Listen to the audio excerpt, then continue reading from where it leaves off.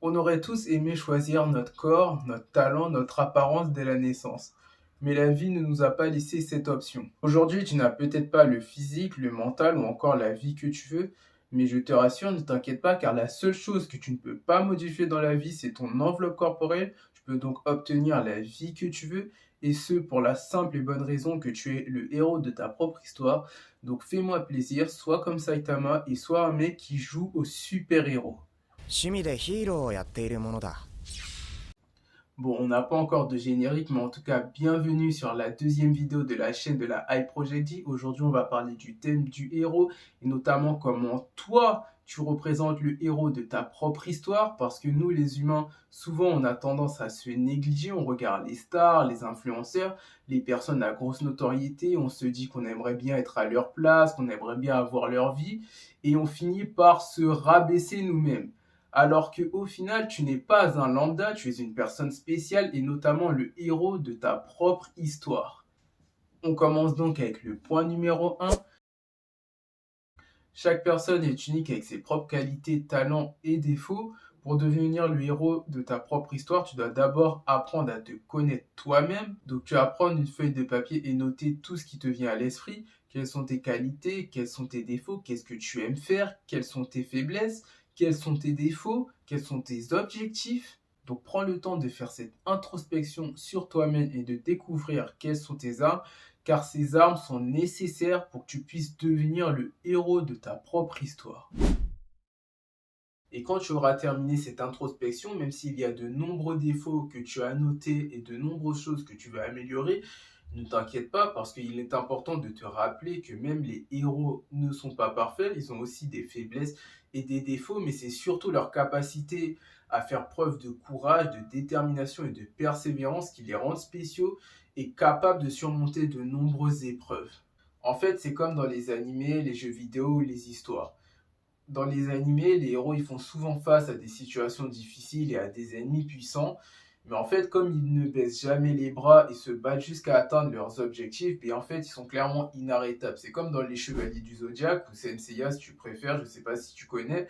Ben, en fait, ils perdent leur armure, mais ils continuent à se relever. Et à force de se relever, ils se rapprochent de plus en plus, petit à petit, de leurs objectifs.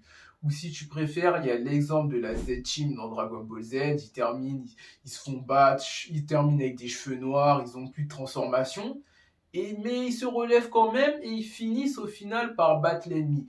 Mais ça va marcher de la même façon. C'est pourquoi, peu importe le nombre d'obstacles dans ta vie, tu peux être le héros de ta propre histoire. Tout à l'heure, je te prenais l'exemple des jeux vidéo.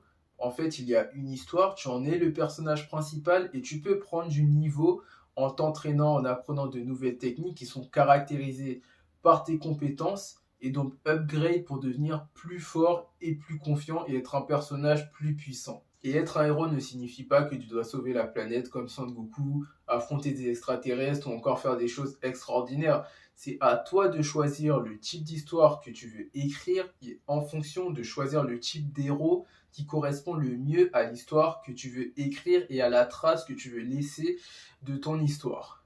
Mais pour atteindre le potentiel maximum de ton héros, tu dois agir et mettre les choses en place au quotidien pour atteindre tes objectifs. Parce que c'est comme les personnages d'animé, tu vas devoir sortir de ta zone de confort, faire les efforts pour pouvoir atteindre tes rêves. Et on verra dans les prochaines vidéos comment tu peux mettre les choses en place. Mais pour atteindre le potentiel maximum de ton héros, tu dois agir, mettre les choses en place au quotidien pour atteindre tes objectifs parce que c'est comme les personnages d'animé, tu vas devoir sortir de ta zone de confort, faire les efforts et affronter tes peurs pour réaliser tes rêves. On traitera dans de prochaines vidéos comment tu peux mettre en place les choses. Mais pour commencer, je vais te donner une phrase que tu vas répéter avec moi qui est la suivante. La phrase c'est je suis le héros de mon histoire, la vie est ma quête et je possède le pouvoir en moi de réaliser mes rêves. Mais quand tu dis cette phrase, dis-la avec énergie, avec intonation, pour rester dans le thème de l'animé, sans comme une sorte d'énergie qui monte en toi. Chaque fois que tu dis cette phrase, essaye d'imaginer que en fait, chaque fois que tu la répètes, tu as de plus en plus confiance en toi. Cette phrase, c'est pas le nombre de fois que tu la répètes qui est le plus important, c'est l'émotion que tu vas mettre quand tu vas dire cette phrase. C'est vraiment l'émotion que tu dois aller chercher. Bien sûr, si tu veux répéter de nombreuses fois la phrase, tu peux, mais n'oublie pas que le plus important, c'est de mettre l'émotion quand tu dis cette phrase. Note-la et répète-la jusqu'à vendredi prochain, date de notre prochaine vidéo. Ça va te conditionner à le penser et de surcroît à visualiser l'énergie héroïque qui est en toi, ce qui va te permettre d'avoir l'énergie et la motivation d'aller chercher tes objectifs. Et ça va constituer un premier pas vers l'accomplissement de tes rêves.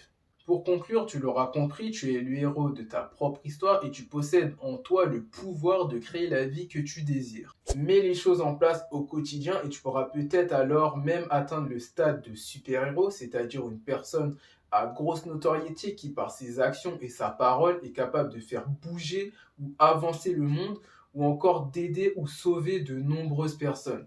Voilà, c'était tout pour cette vidéo d'aujourd'hui. Merci d'avoir suivi la vidéo, d'avoir regardé jusqu'au bout.